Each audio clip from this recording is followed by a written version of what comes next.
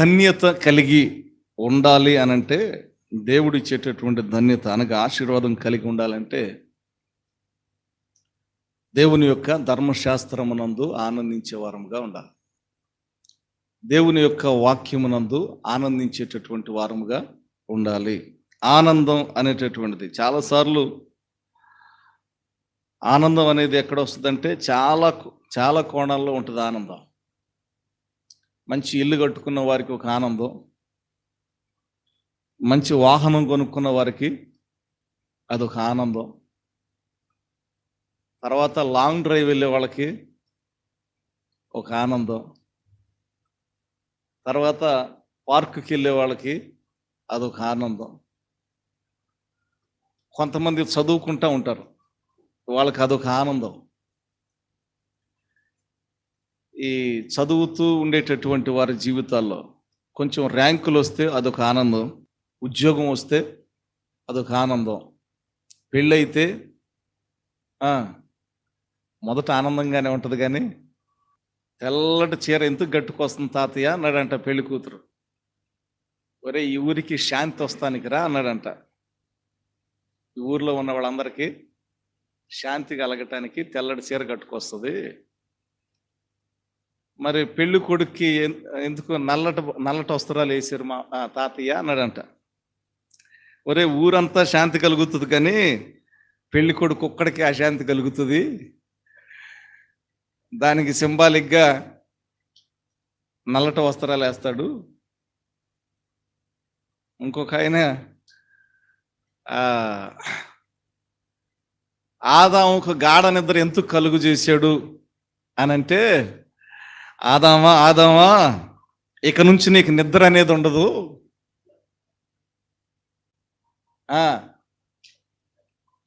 కొంచెం తృప్తిగా నిద్రపోవటానికి ఇదే ఆఖరి తరుణం, నిద్రలేని జీవితాలు గడపటానికి దేవుడు నీకు గాఢ నిద్ర కలుగు చేశాడు, మంచిగా నిద్రపో అని అన్నాడంట. సో రకరకాలుగా ఆనందం అనేటటువంటిది కొన్నిసార్లు మిడ్ నైట్ అయినా కానీ ఆ వాదన తెగదు, ఆ డిస్కషన్ జరుగుతూనే ఉంటుంది.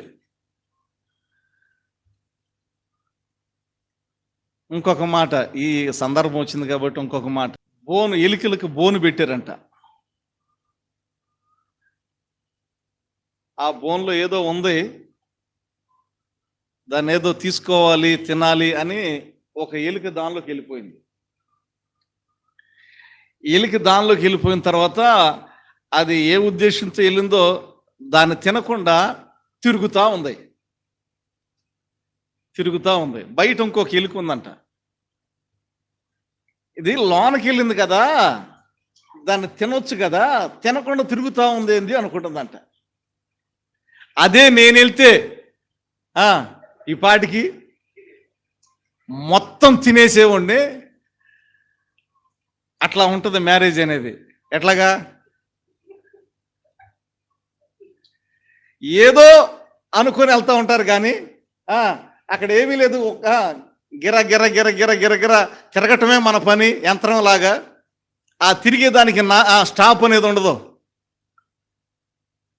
తిరిగేది ఎప్పుడు? రోడ్ల మీద తిరుగుతూ ఉంటారు, నెమ్మది లేని వాళ్ళు తిరుగుతూ ఉంటారు. అట్లా తిరగటమే తప్ప బయట ఉన్నవాడేమన్నా ఎప్పుడు వెళ్దామా అని చూస్తున్నాడు, లోన్ ఉన్నవాడేమన్నా ఎప్పుడు బయటకు వద్దామా అని చూస్తున్నాడు. మ్యారేజ్ అనేది లోన్ ఉన్నవాడు ఏం చేస్తున్నాడు? కిషోర్, మరి ఏమో ఇస్ అయిపోయిందో ఏమో తెలియదు, కానీ పొరపాటును కూడా నేను పెళ్లి చేసుకోనని చెప్తా ఉంటాడు. Right, okay. లోన్ ఉన్నది బయటికి రావాలని చూస్తూ ఉంది, అది కుదురుతుందా? అది ఇక వన్స్ మనం ఇన్ అయ్యామంటే ఇంక అవుట్ అనేది ఉండదు, ఇక అక్కడ లాక్ అయినట్టే. దేవుడు దేని నుంచి అయినా విమోచిస్తాడు, కానీ ఆ లాక్ నుంచి అన్లాక్ అవటానికి లేదు. అది ప్రశాంతంగా జీవితకాలం అంతా జైల్లోనే గడపాలి. కానీ మరలా దానికి ఒక మంచి బిరుదు, దేవుడిచ్చిన బిరుదు ఏంటంటే, మరి దేవుడు ఎట్ట చేసాడో ఏమో తెలియదు, కానీ వివాహం అన్ని విషయములలో వివాహం అన్ని విషయములలో ఘనమైనది. సో ఆనందం అనేటటువంటిది ఇక ఆ స్టేజ్ నుంచి కొంచెం ఏదో రిలాక్స్ అనేది ఎప్పుడు వస్తుందంటే ఒకరో ఇద్దరో కొంచెం ప్రొడ్యూస్ అయిన తర్వాత కొంచెం రిలాక్స్ అవుతూ ఉంటారు. ఈ డైరెక్ట్గా కొన్నిసార్లు పిలవరు కానీ ఇక వాళ్ళని వాడుకుంటారు రిమోట్ లాగా. రేయ్ అమ్మన బిల్లు, రేయ్ నాన్న బిల్లు అని. సో అదొక తృప్తి. డైరెక్ట్గా పిలిచే బాధ తప్పింది అనుకుంటారో ఏమో మరి. సో అట్లాగా ఆ తర్వాత ఇంకొక స్టేజ్కి వెళ్తే కొంచెం ఆనందం అవుతుంది. ఇంకా 2-3 ఫ్యామిలీలు అటాచ్ అవుతాయి కదా, ఇక అవసరమే లేదు అన్నట్టుగా, పార్ట్నర్తో అవసరమే లేదు అన్నట్టుగా. రైట్, వాక్య భాగంలోకి వద్దాం. ఆనందం అనేటటువంటిది రకరకాలుగా ఇక ఈ మధ్యలో మనకు వచ్చినటువంటి ఈ స్మార్ట్ ఫోన్లు ఉన్నాయి కదా, ఇక ప్రపంచంలో అనేకమైన ఆనందాలు ఇస్తూ ఉంటుంది. దుర్వినియోగం చేసుకునేవాళ్ళు కొంతమంది, సద్వినియోగం చేసుకునేవాళ్ళు కొంతమంది. ఏది ఏమైనా ఆనందం అనేటటువంటిది. కొంతమంది ఏది తాగి ఆనందపడేవాళ్ళు కొంతమంది, తాగి సిందులేసి ఆనందపడేవాళ్ళు కొంతమంది, స్మోకింగ్ చేసి ఆనందించేవాళ్ళు కొంతమంది, రకరకాలైనటువంటి ఆనందం.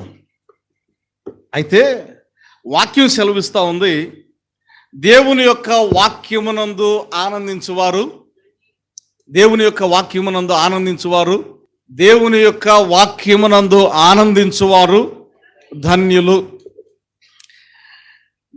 దావీదు ఎలాగూ ఆనందించాడు అనేది కొన్ని మాటలు స్పష్టంగా బైబిల్లో ఉన్నాయి. ఎలాగూ ఆనందించాడంటే వాక్యం సెలవిస్తూ ఉంది, ఆయన వాక్యము చదువుతూ ఉన్నప్పుడు క్రొవ్వు మెదడు దొరికినట్లుగా ఉంటుందంట. ఆయన ఆ రేంజ్లో సంతోషించేవాడు ఆయన. ఎట్లా ఉంటుంది? మొన్న ఈ మీటింగ్స్ పెట్టినప్పుడు మొత్తానికి ఒకటి అయిపోయింది కదా, దానిలో కొన్ని భాగాలు ఫ్రై చేసుకొని తింటా ఉన్నప్పుడు దానిలో ఉండేటటువంటి మాధుర్యం. సో క్రొవ్వు మెదడు అని అంటే వాటిని తినేటటువంటి విధానం మంచిగా చక్కగా తయారు చేసి వంట వండగలిగినటువంటి వారై ఉంటే ఆ టేస్ట్ మధురంగా ఉంటుంది. సో ఈ కోణంలో నుంచి, ఏ కోణంలో నుంచి? క్రొవ్వు మెదడు ఫ్రై చేసుకొని తినేటటువంటి కోణంలో నుంచి నాకు దానికంటే దేవుని యొక్క వాక్యం చదువుతున్నప్పుడు ఇంకా ఆనందంగా ఉంది, ఇంకా సంతోషంగా ఉంది, క్రొవ్వు మెదడు దొరికినట్లుగా ఉంది అని చెప్తా ఉన్నాడు. మరొక మాట, దేవుని యొక్క వాక్యమును ధ్యానిస్తూ ఉన్నప్పుడు లేకపోతే చదువుతూ ఉన్నప్పుడు జుంటె తేనె దారల కంటే, తేనె కంటెను, జుంటె తేనె దారల కంటెను మధురమైనది అని చెప్తాడు వాక్యం గురించి. అంటే దావీదు దేవుని యొక్క వాక్యమును ధ్యానించేటటువంటి విధానంలో ఎంత సంతోషించాడు, ఎంత ఆనందించాడు, ఎంత పరవశించాడు అని అంటే అది మాటల్లో వర్ణించలేనిది. కొన్ని మాటలు ఆయన చెప్తూ ఉన్నప్పుడు ఇంతగా ఇంట్రెస్ట్ ఉందా దావీదుకి వాక్యం చదవటం, ఇంత ఆసక్తి ఉందా వాక్యం చదవటంలో, దావీదు ఎంత ఎంజాయ్ చేశాడా దేవుని యొక్క వాక్యం చదవటంలో అని ఆ మాటలు చదువుతున్నప్పుడు అర్థమవుతూ ఉంటుంది. అంతగా ఎంజాయ్ చేశాడు కాబట్టే, అంతగా చదివాడు కాబట్టే అన్ని కీర్తనలు రాయగలిగాడు, అంతగా దేవుని మీద ఆధారపడగలిగాడు. అంతగా ఆధారపడినటువంటి దావీదు దేవుని కార్యములు కూడా రుచి చూడగలిగాడు. దేవునికి స్తోత్రం. హల్లెలూయా, హల్లెలూయా, హల్లెలూయా. దేవుని యొక్క వాక్యము మీద ఆధారపడి ధ్యానించేటటువంటి ఆ సందర్భంలో ఆ మాటలు పలికినట్లుగా లేఖన భాగంలో చూస్తూ ఉంటాం. ఇంకా వాక్యము గురించి రాయబడినటువంటి మాటలు, నీ వాక్యము నా పాదములకు దీపము, అది నా త్రోవకు వెలుగునై ఉన్నది. సో దేవుని యొక్క వాక్యము వెలుగునిచ్చేది, మార్గాన్ని చూపించేది. చాలాసార్లు కొంచెం కన్ఫ్యూజన్లో ఉంటాం. నా జీవితాన్ని ఎట్లాగ నడిపించుకోవాలో నాకు కొంచెం కన్ఫ్యూజన్గా ఉంది అనుకుంటాం. మార్గం కనపడదు. అంటే మార్గం కనబడదంటే చీకటగా ఉంది, మార్గం కనపడతలేదు, టార్చ్ లైట్ వేయండి, అది కాదు. మార్గం కనపడలేదంటే మనము ఏ నిర్ణయం తీసుకోవాలి, ఏ నిర్ణయం తీసుకుంటే మనము మన జీవితాన్ని మెరుగుపరుచుకోగలుగుతాం, మనము ఏ మార్గంలో వెళితే మన జీవితాన్ని ఉన్నతమైనటువంటి స్థితిలోనికి నడిపించుకుంటాం అనేది ఆ మార్గము బోధపడదు చాలాసార్లు. ఇంకా చదువుకునే వాళ్ళ భాషలో చెప్పాలంటే ఏ సబ్జెక్టు తీసుకోవాలనుకుంటారు 10వ తరగతి అయిపోగానే కొంచెం కన్ఫ్యూజన్ ఉంటుంది. ఒక 10 మందిని అడుగుతారేమో, లేకపోతే వీలుంటే 100 మందిని కూడా అడుగుతారు. ఏ సబ్జెక్టు తీసుకోవాలి, భవిష్యత్తులో ఏ రూట్లో మనం ఉన్నతమైనటువంటి స్థితిలోనికి మనం వెళ్ళగలుగుతాం అనేటటువంటి విధానంలో ఆ మార్గాన్ని డిసైడ్ చేసుకునేటటువంటి విధానంలో కన్ఫ్యూజ్ అవుతూ ఉంటాం.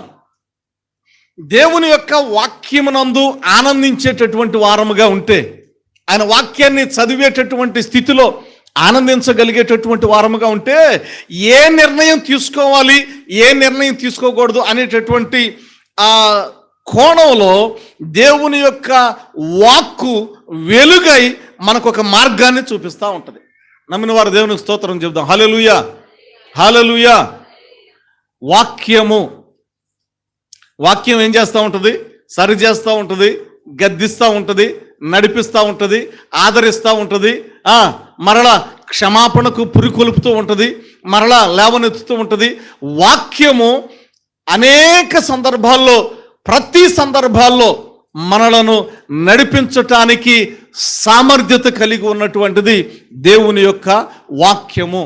ఇంకా కొంచెం డెప్త్లోకి వెళ్తే ఆ వాక్యమే దేవుడై ఉన్నాడని ఒక సింపుల్గా ఒకే ఒక్క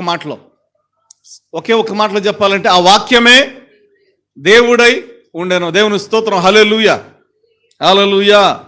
ఒక ఆమె అన్నదంట, అయ్యా నాకు నిద్ర రావట్లేదు, ప్రార్థన చేయండి అన్నదంట. నాకు నిద్ర రావట్లేదు, ప్రార్థన చేయండి అన్నదంట. అమ్మ బైబిల్ చదువుకొని అని అన్నాడంట ఆయన. ఏమన్నాడు? బైబిల్ చదువుకో అన్నాడంట. అంటే చాలామందికి ఆ బైబిల్ తెరవంగానే అవుతుంది అన్నట్టుగా ఒక అధ్యాయం చదివేసరికి అయిపోద్ది. కొన్నిసార్లు ఒక అధ్యాయం కాదు కదా, సగం అధ్యాయం చదివేసరికి కొంచెం ఆ బండి స్లో అవుతూ ఉంటుంది, చదివే విధానం స్లో అవుతూ ఉంటుంది. 3 అధ్యాయుల దాకా వెళ్ళటం చాలా కష్టం. కొంతమంది 10 అధ్యాయుల దాకా కూడా వెళ్తారు, కానీ కొన్నిసార్లు స్టార్టింగ్లోనే బండి ఆగిపోతుంది, గేరు మారుతుంది, స్లో అవుతుంది, ఇంకా స్లో అవుతుంది, ఇంకా స్లో అవుతుంది. అక్కడే బైబిల్ దగ్గరే దేవానికి స్తోత్రం నాయనా, గుడ్ నైట్ అని చెప్తాం. వాక్యమునందు ఆనందించేటటువంటి పరిస్థితులు అనంటే, కొంతమంది నవలు చదువుతా ముఖంలో ఈ నవలు చదివేటప్పుడు కొంతమందికి ఆ 32 పళ్ళు కనపడతా ఉంటాయి బయటికి. కొంతమంది ఫోన్ చూస్తూ ఉంటే ఏం చూస్తారో తెలియదు, కానీ మొత్తానికి పళ్ళు మాత్రం బయటికి కనపడతాయి. కొంతమంది గిఫ్ట్ చూడంగానే ఆ 32 పళ్ళు ఇక అవసరం లేదు, మొత్తం అటంతటికి అయ్యే కనపడతా ఉంటాయి 32 పళ్ళు గిఫ్ట్ చూడంగానే. గిఫ్ట్ పిచ్చోళ్ళు ఉంటారు కొంతమంది.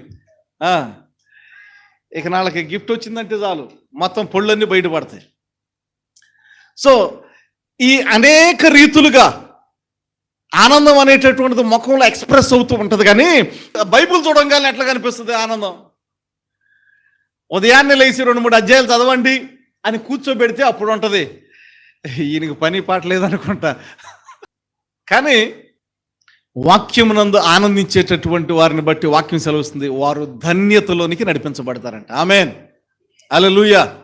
ధన్యతలోనికి నడిపించబడతా ఉంటారు. 2వ మాట ఆ వచనంలోనే, దీవారాత్రము దానిని ధ్యానించువాడు ధన్యుడు. అంటే దాని యందు ఆనందించేవాడు, దాని యందు ధ్యానించేవాడు. అంటే ధ్యానించటం వేరు, చదవటం వేరు. చదివేటటువంటిది మనకు అర్థం కాకపోయినా పర్లేదు, టక టక టక టక చదువుకుంటూ వెళ్ళిపోవచ్చు. ధ్యానించేటటువంటి విధానం అనంటే అది అర్థమయ్యేంత వరకు, అది 2 సార్లు కానీ, 3 సార్లు కానీ, 4 సార్లు కానీ, 5 సార్లు కానీ, పలుమార్లు అర్థమయ్యేంత వరకు చదివేటటువంటి ప్రక్రియను ధ్యానించుట అంటారు. అది ఉపోద్ఘాతం. ధ్యానించుట అంటే ఉపోద్ఘాతం ఏంటి?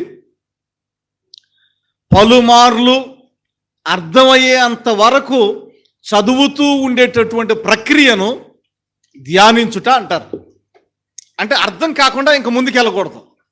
దాన్నే మరలా రిపీట్ చేయటం, మరలా చదవటం, మరలా చదవటం, మరలా చదవటం, అలాగున అర్థమయ్యే అంతవరకు చదివేటటువంటి ప్రక్రియను ధ్యానించుట అంటారు.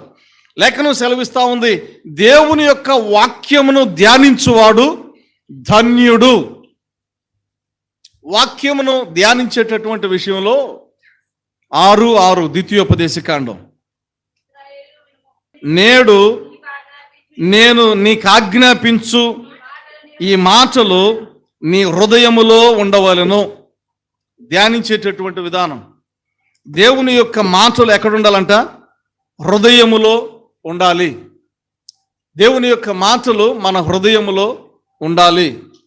ఆ తర్వాత రెండవదిగా, నీవు నీ కుమారులకు వాటిని అభ్యసింపజేసి. రైట్, ఇది ఇంకొక మాట. ఒకటి, హృదయంలో ఉండాలి. ఎక్కడ ఉండాలి? హృదయంలో ఉండాలి. 2, వాటిని పిల్లలకు ఏం చేయాలంట? అభ్యసింప చేయాలి. కారణం ఏంటంటే, మనం వాక్యం తెలుసుకున్నాం, మనం ఆశీర్వదించబడతాం, మనం ఆదరణ పొందుకుంటాం, మనం ఆయన కార్యాల కొరకు ఎదురు చూస్తాం, ఆయన మీద ఆనుకొని ఆయన కార్యాలను అనుభవించటానికి మనకి జ్ఞానం ఉంది, వాక్య జ్ఞానం ఉంది, దేవుడు తెలుసు. చిన్నపిల్లలు అంటే వారికి తెలియదు కాబట్టి వారికి అభ్యసింప చేయాలి. ఎందుకంటే వారు కూడా పెద్దవిన తర్వాత, వారు ఎరిగిన తర్వాత, వారు కూడా వారి సమస్యల్లో, వారి ఇబ్బందుల్లో, వారి ఇరుకుల్లో, వారి బలహీనతల్లో దేవుని కార్యాలు రుచి చూస్తున్నట్లుగా వారికి మనము దేవుని యొక్క వాక్యాన్ని అభ్యసింప చేస్తే వారు కూడా దేవుని మీద ఆధారపడి దేవుని యొక్క కార్యాలు అనుభవిస్తారు. ఈ రోజుల్లో ఈ క్రిస్టియానిటీ అనేది ఎంత ఉంది? క్రిస్టియానిటీ అంటే 2% కూడా తక్కువ అనుకుంటా, ఇంకా అంతకంటే తక్కువ. కానీ కుటుంబాలు మాత్రం వృద్ధి చెందుతూ ఉన్నాయి. ఒకళ్ళకి 2, ఒకళ్ళకి 3, ఒకళ్ళకి 4, అట్లాగా కుటుంబాలు అయితే పెరుగుతున్నాయి. కానీ క్రిస్టియానిటీ సంఖ్య మాత్రం పెరగట్లా. కారణం ఏంటంటే, ఈ వాక్యాన్ని అభ్యసింపజేసేటటువంటి విధానం తగ్గుతూ ఉంది. ఎక్కువగా వేలకు వేలు ఫీజులు కట్టి, క్రైస్తవులే, క్రీస్తుని ఎరిగినటువంటి వారే వేలకు వేలు ఫీజులు కట్టి ట్యూషన్లకు పంపించేసి, ప్రైవేట్ స్కూళ్ళకు పంపించేసి, రేయ్ మళ్ళీ వచ్చిన తర్వాత ఏం చదివేవరా కూర్చో అని చెప్పి వారిని కూర్చోబెట్టి, ఏం చదువుతున్నాడో ఇది మరలా చదువు అర్థం కాకపోతే మరలా ఫీజులు కట్టి ట్యూషన్లకు పంపించేసి అక్కడ కూడా చదివించేసి, ఈ చదువు పట్ల ఆసక్తి కలిగి ఉన్నారు. అది తప్పు కాదు, అది రైటే. సో జీవితానికి మేలు కలుగుతుందని. అయితే అదే సరిపోదు కదా, దానికంటే విలువైనటువంటిది దేవుని యొక్క వాక్యము, దానికంటే శక్తి కలిగినది దేవుని వాక్యము, దానికంటే జీవము కలిగింది దేవుని యొక్క వాక్యము. ఆ వాక్యము మనిషిని బ్రతికిస్తుంది. మనుషుడు రొట్టె వలన మాత్రమే కాదు, కానీ దేవుని నోటి నుంచి వచ్చు ప్రతి మాట ద్వారా జీవించును. కాబట్టి ఏనాడైనా అన్ని ఫీజులు కట్టి స్కూలుకు పంపించేటటువంటి వాళ్ళం సండే స్కూల్కి పంపించడానికి ఇక నాది మర్చిపోతూ ఉంటాం. ఇట్స్ నాట్ ఇంపార్టెంట్ అన్నట్టుగా ఉంటుంది. అబ్బాయి చదువుకొని ఇంకా పెద్దోడు అవ్వాలి, కానీ సండే స్కూల్కి వెళ్ళి ఏం పెద్దోడు అవుతాడు అన్నట్టుగా ఉంటుంది. అబ్బాయి ట్యూషన్కి వెళ్ళి పెద్దోడు కావాలి, కానీ సండే స్కూల్కి వెళ్ళి ఏం పెద్దోడు అవుతాడు. ఒక ఆమె హైదరాబాద్లో తల్లి, అమ్మా అబ్బాయిని సండే స్కూల్కి పంపించమ్మా అన్న. ఆమె లిస్టు చెప్పుకొచ్చింది. ఏమని? అయ్యా వందనాలు బాబు అంటది. నేను కూడా అంటే మేము స్టార్టింగ్ వెళ్ళటమే వాళ్ళ ఇంట్లో దిగాం రెంటకి. పెద్దామె కదా, నేను తల్లి అని పిలుస్తూ ఉంటా. ఆమె అయ్యా అయ్యా అయ్యా అంటా. మా బాబుని సండే స్కూల్కి పంపించవచ్చు కదా అని అంటే ఆమె చెప్పే మాట ఏంటంటే, మండే ఎర్లీ మార్నింగ్ 5 to 7 ట్యూషన్కి వెళ్తాడు. మరలా వచ్చి ఒక 1.5 అవర్లో రెడీ అయిపోయి మళ్ళీ స్కూల్కి వెళ్తాడు.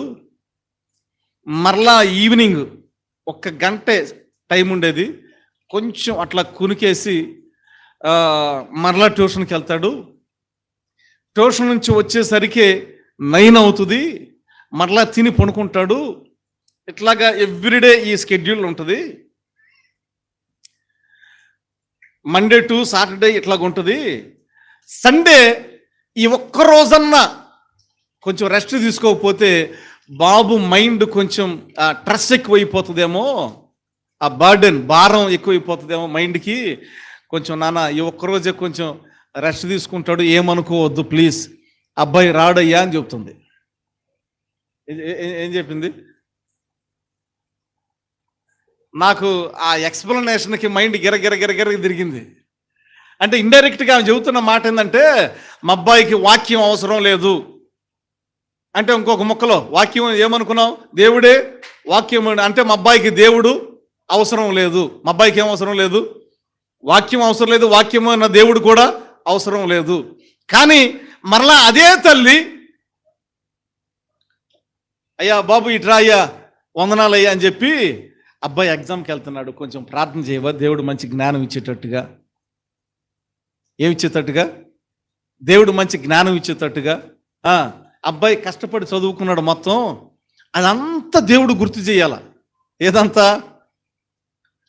ఆయన బిగినింగ్ నుంచి ఆ సంవత్సరం అంతా చదివిందంతా దేవుడు గుర్తు చేయాల.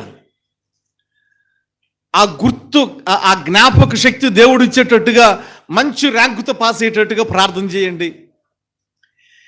ఇదంతా మరి దేవుడు అవసరం లేదు, దేవుని వాక్యము దేవుడు అవసరం లేదు అన్నప్పుడు, చదువుకొని మంచిగా దాని పాస్ అవుతాను అన్న కాన్ఫిడెన్స్ ఉన్నప్పుడు, చదువుకొని మంచిగా ఉన్నత స్థితిలో ఉంటాను అన్నప్పుడు, అసలు సండే స్కూలే అవసరం లేదు అనుకున్నప్పుడు, మరలా ఇంకా ఈ ప్రార్థన ఎందుకు? మరలా తీసుకొచ్చి ప్రార్థన చేయించటం ఎందుకు? ఈ మధ్యలో కొన్ని కండక్ట్ చేస్తూ ఉన్నారు. ఏమని? ఫైనల్ ఎగ్జామ్స్కి ముందు ఒక 10 రోజులు, ఇంకా 10 రోజులు ఉందనగా, లేకపోతే ఇంకొక 5 రోజులు ఉందనగా ఒక కూడికలు జరుపుతూ ఉన్నారు ప్రతి సంఘంలో. ఏమని? ఎగ్జామ్స్ కోసం ప్రేయరు అని. దేనికోసం? ఎగ్జామ్స్ కోసం ప్రేయరు. ఈ ఎగ్జామ్స్ కోసం ప్రేయర్ అనేసరికి మొత్తం 200, 300, 400 నిండిపోతూ ఉంటారు ఒక్కొక్క సంఘంలో. అదే సండే స్కూల్లో చూస్తే తిప్పి కొడితే 10 మంది ఉంటారు, 10 మంది కూడా రాను. ఈ ఎగ్జామ్కి వచ్చేసరికి మరి ఎంతమంది ఎందుకు వస్తారో తెలియదు. అంటే దేవుని యొక్క వాక్యము చిన్నప్పుడు పిల్లలకి అవసరం లేదు. ఒకటి, వాళ్ళకు కూడా అవసరం లేదనుకుంటా, అందుకని. లేకపోతే వాళ్ళకి అవసరం ఉందనుకుంటే పిల్లలకు కూడా దాన్ని టీచ్ చేపిస్తారు. వాక్యం సెలవిస్తూ ఉంది, నీ పిల్లలకు వాక్యమును అభ్యసింపజేసి. అంటే మనము మన జీవితానికి ప్రాధాన్యత ఇచ్చినట్లుగా, మన జీవితంలో దేవుని కృపను అనుభవించినట్లుగా, మన జీవితంలో దేవుని యొక్క కార్యాలు అనుభవించినట్లుగా, ఎలాగున అది మార్గం మనకి అనంటే, వాక్యము ద్వారానే మనం దేవుని ఆదరణ పొందుకుంటాం, వాక్యం ద్వారానే ఆశీర్వదింపబడతాం, వాక్యం ద్వారానే ఆదరణ, ఆయన ఏదైనా కానీ పొందుకోవాలంటే వాక్యమే మెయిన్. సో అట్టి వాక్యము బిడలకు అభ్యసింపజేసినప్పుడు వారు కూడా వారికి ఉన్నటువంటి ప్రతి కోణంలో ఆయన యొక్క వాత్సల్యతను, ఆయన యొక్క కనికరాన్ని పొందుకోవటానికి అది మార్గము.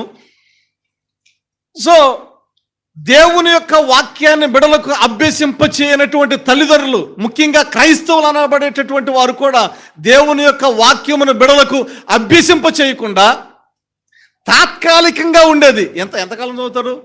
చదువు ఎంతకాలం చదువుతారు? 5 సంవత్సరాలు, 5 లేకపోతే 10 సంవత్సరాలు, లేకపోతే 15 సంవత్సరాలు, లేకపోతే 20 సంవత్సరాలు. ఇంకా అంతకంటే 20 సంవత్సరాల కంటే ఇంకెక్కువ చదవర్లే. 1 నుంచి 20 తరగతుల దాకా, అంతేనా?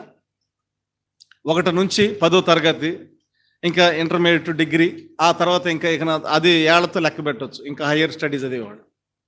20 సంవత్సరాలు, 22 సంవత్సరాలు, అంతే. ఇంకా అంతకు మించి స్టడీస్ లేవు. ఇంకా చదవాలంటే దాన్ని MA, డబల్ చదివే వాళ్ళు కూడా ఉన్నారు. అది చదువును బట్టి, వాళ్ళకున్న అంటే ఆసక్తిని బట్టి, వాళ్ళకున్నటువంటి కోరికను బట్టి, చదువు పట్ల వారికి ఉన్నటువంటి వ్యామోహం. ఆ తర్వాత జీవితం, మనిషి జీవితం ఎంత? 70 సంవత్సరాలు, 80 సంవత్సరాలు కూడా. సో ఈ 70-80 సంవత్సరాలు జీవితానికి దేవుని సహాయం కావాలి. ఈ 20 సంవత్సరాలే, 22 సంవత్సరాలే చదువు అనేటటువంటిది. ఆ తర్వాత ఉద్యోగం వస్తే ఈయన పక్కన పడేస్తాం. అంటే 80 సంవత్సరాలు ఆశీర్వాదకరంగా బ్రతకటానికి దేవుని యొక్క వాక్యం అవసరం.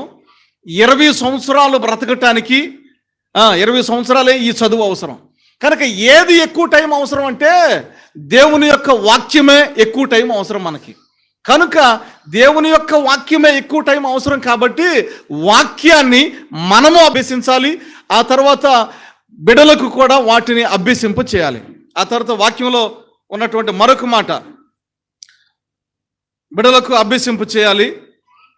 నీ ఇంట కూర్చున్నప్పుడు, త్రోవను నడుచున్నప్పుడు, పండుకొనినప్పుడును, లేచునప్పుడును వాటిని గురించి మాట్లాడవలను. దేవునికి స్తోత్రం. రైట్.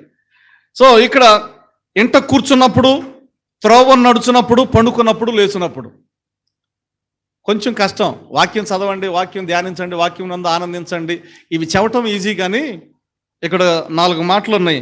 ఇంట కూర్చున్నప్పుడు ఒకటి చెప్పండి, అందరు చెప్పండి. ఒకటి ఇంట కూర్చున్నప్పుడు, త్రోవను నడుచున్నప్పుడు, పండుకున్నప్పుడు, లేచున్నప్పుడు. మరలా చెప్పండి. ఇంట కూర్చున్నప్పుడు, త్రోవను నడుచున్నప్పుడు, ఇంకా పండుకున్నప్పుడు, లేచేటప్పుడు. మరలా చెప్పండి. ఇంట కూర్చున్నప్పుడు, త్రోవను నడుచున్నప్పుడు, పండుకున్నప్పుడు, లేచున్నప్పుడు. ఈ సందర్భాలన్నిట్లో దేవుని యొక్క వాక్యాన్ని ధ్యానం చేసేటటువంటి వారుగా ఉండాలి. ఈ సందర్భాలన్నిట్లో ఇంట కూర్చున్నప్పుడు, ఇంట్లో కూర్చున్నప్పుడు వాక్యాన్ని డిస్కస్ చేయాలంట. వాక్యాన్ని ధ్యానించాలి.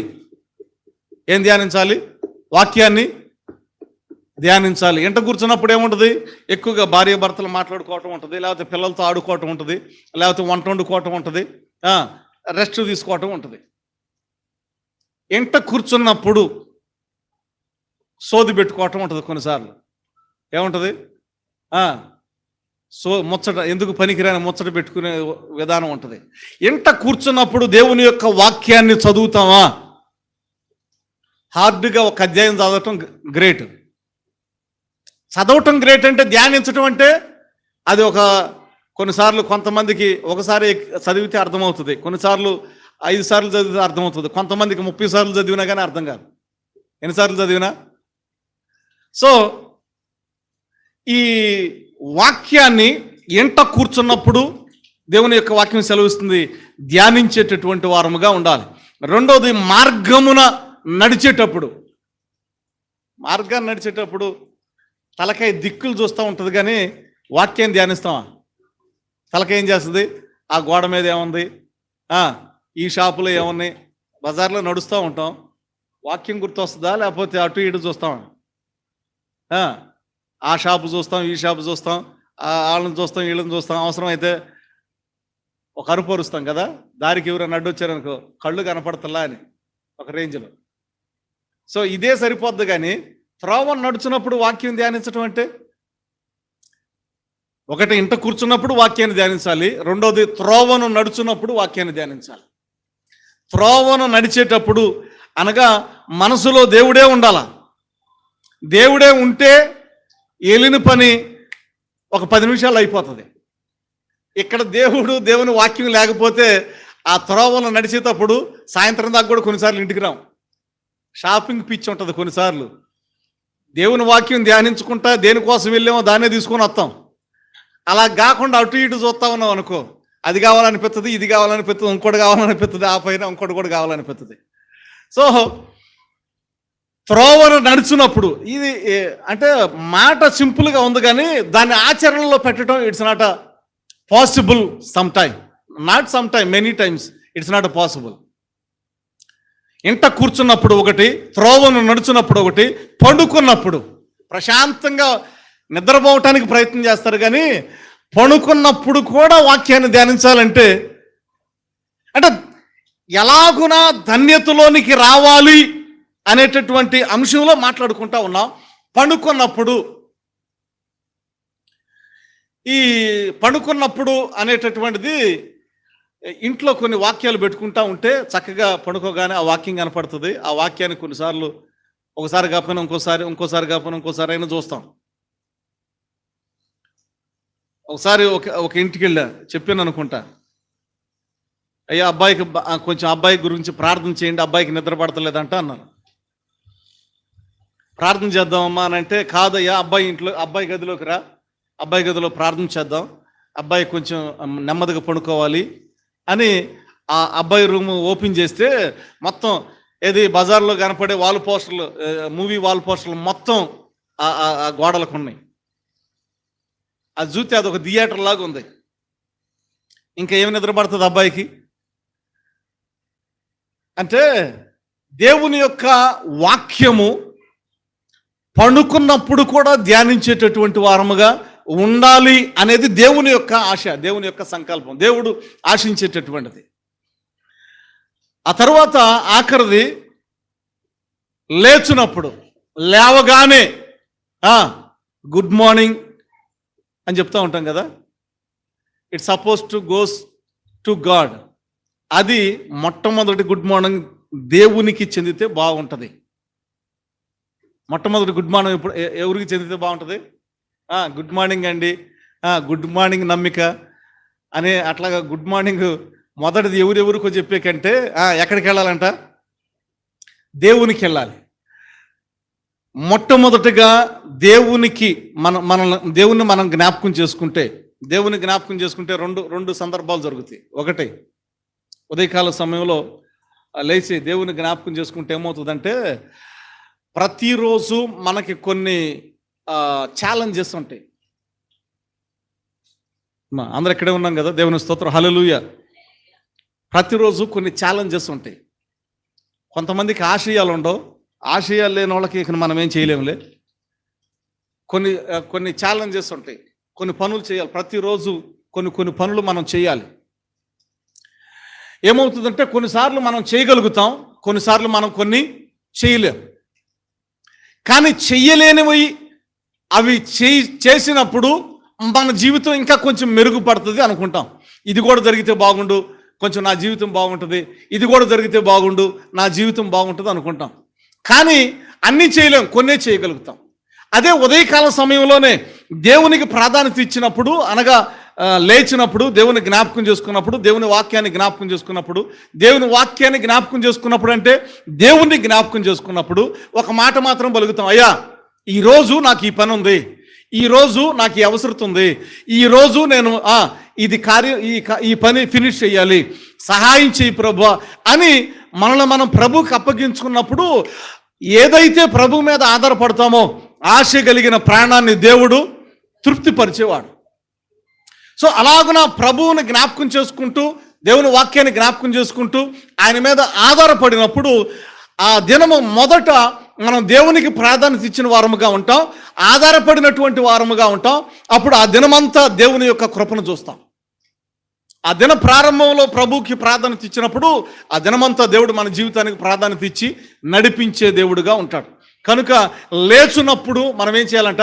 దేవుని యొక్క వాక్యాన్ని జ్ఞాపకం చేసుకోవాలా. మొదటిగా లేచినప్పుడు, 1 ఇంట కూర్చున్నప్పుడు, 2 త్రోవను నడుచున్నప్పుడు, 3 పండుకున్నప్పుడు, 4 లేచినప్పుడు. ఈ 4 సందర్భాల్లో దేవుని యొక్క వాక్యాన్ని మనము జ్ఞాపకం చేసుకునేటటువంటి వారముగా ఉండాలి. దేవుని స్తోత్రం, హల్లెలూయా. కనుక ఈ 4 సందర్భాలు మరొకసారి జ్ఞాపకం చేసుకుందాం. ఎందుకంటే వాక్యం సెలవిస్తూ ఉంది కదా, ధ్యానించువాడు ధన్యుడు. అనగా అది మన నోటికి వచ్చే అంత వరకు దానిని పదే జ్ఞాపకం చేసుకొని చదివేటటువంటి ఆ ప్రక్రియను ధ్యానించుట అంటారు. కాబట్టి మరొకసారి జ్ఞాపకం చేసుకుందాం. 1, దేవుని యొక్క వాక్యాన్ని ఎప్పుడెప్పుడు ధ్యానం చేయాలి? ఇంట కూర్చున్నప్పుడు, త్రోవను నడుచున్నప్పుడు, పండుకున్నప్పుడు, లేచినప్పుడు దేవుని యొక్క వాక్యాన్ని మనము ధ్యానించేటటువంటి వారముగా ఉండాలి. ఆ తర్వాత లేఖనం సెలవిస్తూ ఉంది, నీవు సూచనగా వాటిని నీ చేతికి కట్టుకొనవలెను. దేవుని వాక్యాన్ని ఎక్కడ కట్టుకోవాలంట? చేతికి కట్టుకోవాలి. వాచ్ ఎక్కడ పెడతాం? కాలుకు పెట్టం కదా, లేకపోతే మెడకు తగిలించుకోము, లేకపోతే కాలుకు కట్టుకోము. ఎక్కడ కడతాం? లేకపోతే చెవుకు తగిలించుకోము, లేకపోతే ఈ కొన్ని ముక్కులకు తగిలించుకునేవి ఉంటాయి, కొన్ని చెవులకు తగిలించుకునేవి ఉంటాయి. వీటన్నిటిలో ఎక్కడ తగిలించుకోమల్లా? ఎక్కడ తగిలించుకోమన్నది? చేతికి సూచనగా వాటిని దేన్నంట? వాక్యాన్ని నీ చేతికి కట్టుకోవాలనంటే దాని అర్థం ఎక్కువగా వాచ్ ఎక్కడ పెట్టుకుంటాం అంటే చేతికి పెట్టుకుంటాం. కారణం ఏంటంటే ఈ చేతికి పెట్టుకున్నప్పుడే మనం చూడటానికి వీలుగా ఉంటుంది. ఇంకెక్కడ పెట్టుకున్నా కానీ ఒకవేళ కాలుకు పెట్టుకుంటే అది కాలు పైకి లేపి చూడాలంటే కొన్ని సందర్భాల్లో సాధ్యం అవుతుంది, కొన్ని సందర్భాల్లో సాధ్యం కాదు. అదే చేతికి పెట్టుకుంటే ఏ సందర్భంలోనైనా మనం ఆ టయాన్ని చూడగలిగేటటువంటి స్థితిలో ఉంటాం. ఏ సందర్భంలోనైనా ఏ పరిస్థితిలోనైనా మనము సమయాన్ని చూడగలిగినటువంటి స్థితిలో ఉంటాం. కనుక దేవుని వాక్యము కూడా ఏ సందర్భంలోనైనా మనము జ్ఞాపకము తెచ్చుకున్నట్లుగా మనము చేతికి వాటిని కట్టుకోవాలి. కొన్నిసార్లు చేతికి వాచ్ పెట్టుకునే వాళ్ళు కొంతమంది అయితే, కొంతమంది ఎప్పుడు చూసినా నాకు నా ఫ్రెండ్ గుర్తుకు రావాలని కట్టుకునేవాళ్ళు కొంతమంది ఈ చేతికే ఈ పచ్చబొట్లు పొడిపించుకునేవాళ్ళు కొంతమంది. దేనికి? ఎప్పుడు చూసినా కనపడాలని. ఎట్లా కనపడాలి? ఎప్పుడు చూసినా కనపడాలి. వాచి అది కామన్, ఓకే, ఇట్స్ ఓకే, టయానికి ప్రాధాన్యత ఇస్తున్నారు, కొంచెం తెలివిగా మెసులుకోవటానికి బాగుంటుంది అని అంటే ఫ్రెండ్షిప్ బ్యాండ్ ఒకటి, తర్వాత ఈ పచ్చబొట్లు ఒకటి, రకరకాలుగా చేతిని వాడే విధానంలో వాక్యం సెలవిస్తూ ఉంది. చేతిని చెయ్యి వాక్యాన్ని గుర్తుకొచ్చేటట్లుగా పెట్టుకోండి అని వాక్యం సెలవిచ్చే మాట. అంతేనా?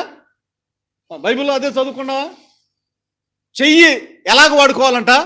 దేవుని యొక్క వాక్యము నీకు గుర్తొచ్చేటట్లుగా చేతిని వాడుకోవాలి అని చెప్తా ఉంది. ఈ వాక్యమును నీ చేతికి వాటిని ఏం చేసుకోవాలంట?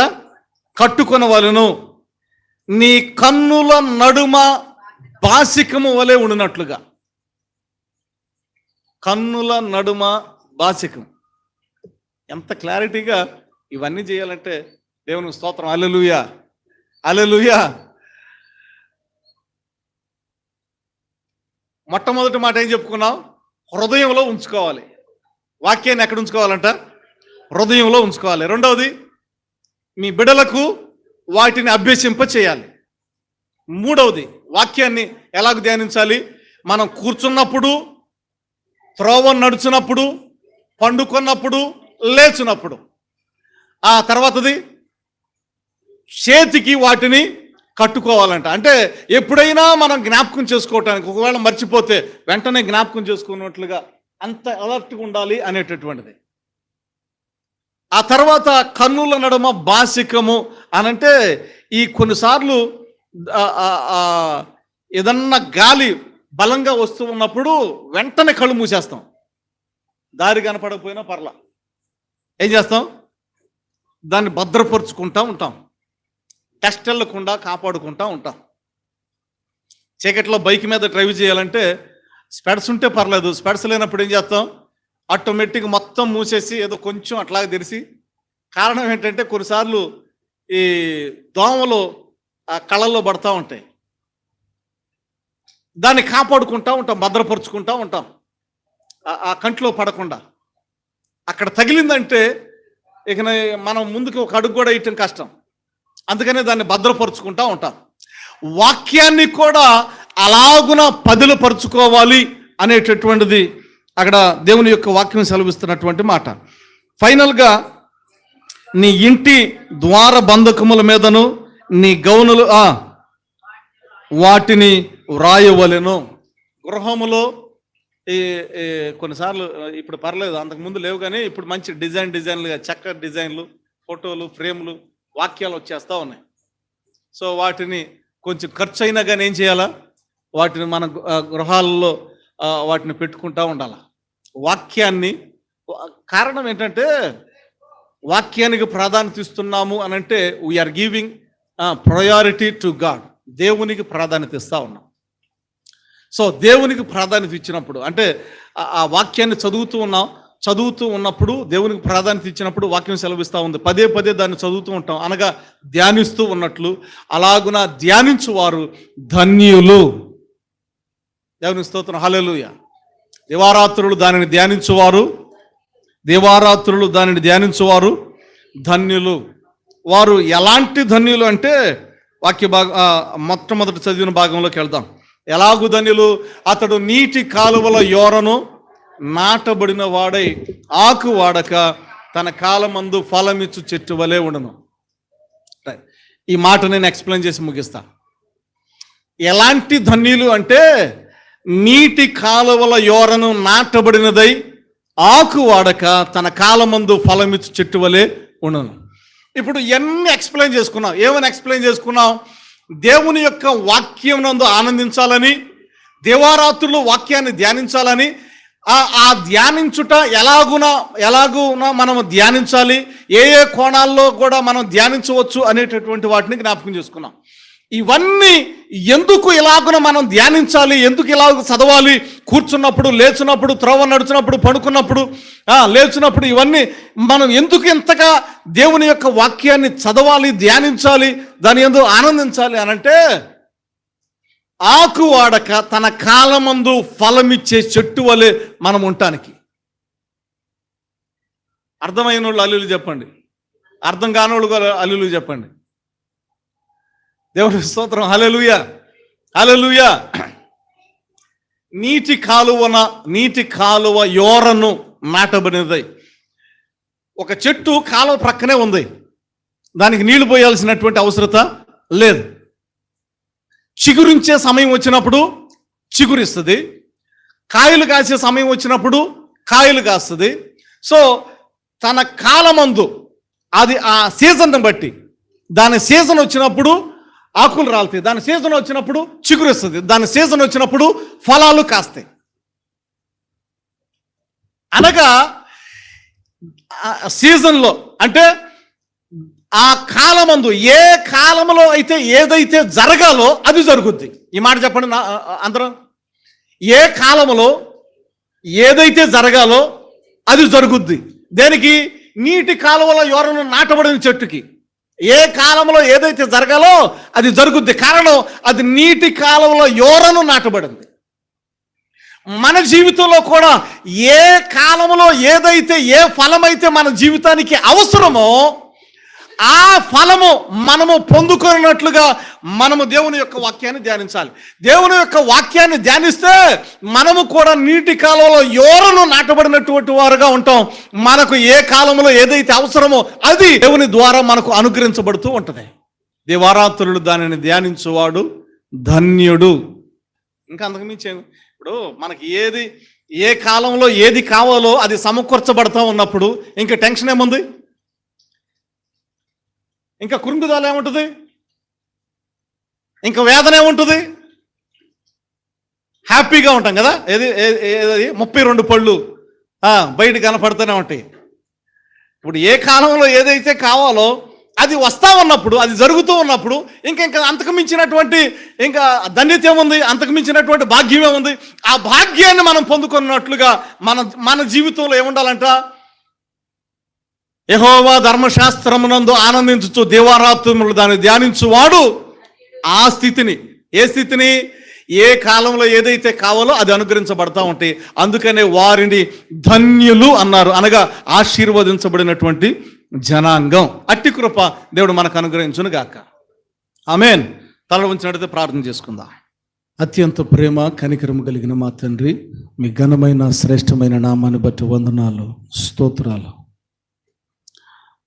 ప్రారంభము నుంచి ముగింపు వరకు మీ సన్నిధి, మీ ప్రసన్నత నాతోనూ మాతోనూ మీరు ఉంచినందుకు మీకు వందనాలు, స్తోత్రాలు చెల్లించుకుంటున్నా. ప్రత్యేకించి వెత్తబడిన వాక్యాన్ని నాలోనూ మాలోనూ ఫలింప చేయమని, అలాగే ఎత్తబడిన కానుకను బట్టి కూడా ప్రార్థన చేయుచున్నా. ఇస్సాకు విత్తనము విత్తగా అది 100 ఫలింపబడినని మీ లేఖనాన్ని బట్టి మీకు వందనాలు.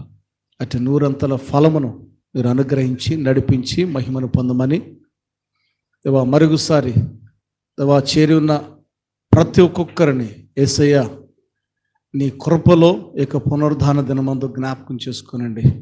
దేవా నీకు వందనాలు. ఎవరైతే ఈ దినాన రాలేకపోయారో అయినా వారికి ఉన్నటువంటి ప్రతి ఒక్క ఇబ్బందులు, వారికి ఉన్నటువంటి స్థితిలో మీ సన్నిధి తోడుగా ఉంచి నీ ఆత్మ కార్యాలతో దర్శించమని వేడుకుంటూ ఉన్నాం.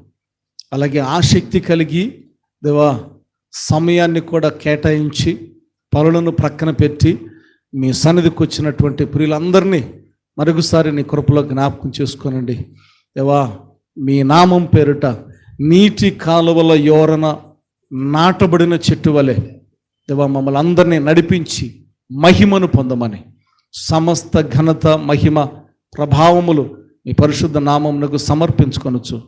యేసయ్య పరిశుద్ధ నామం పేరిట స్తుతించి అడిగి వేడుకొనుచున్నాము తండ్రి. ఆమెన్. తండ్రి యొక్క ప్రేమయు, కుమారుడైన యేసుక్రీస్తు ప్రభువారి కృప, పరిశుద్ధాత్మని యొక్క నిత్య సన్నిధి సహవాసము సకల పరిశుద్ధులకును ఈ దినాన రాలేనటువంటి బిడలకు మరి ప్రత్యేకించి ఆయన సన్నిధిగా చేరిన మనందరికీ సదా తోడుగా ఉండి నడిపించునుగాక. ఆమెన్. గట్టి చెబుదాం. ఆమెన్. ఆమెన్.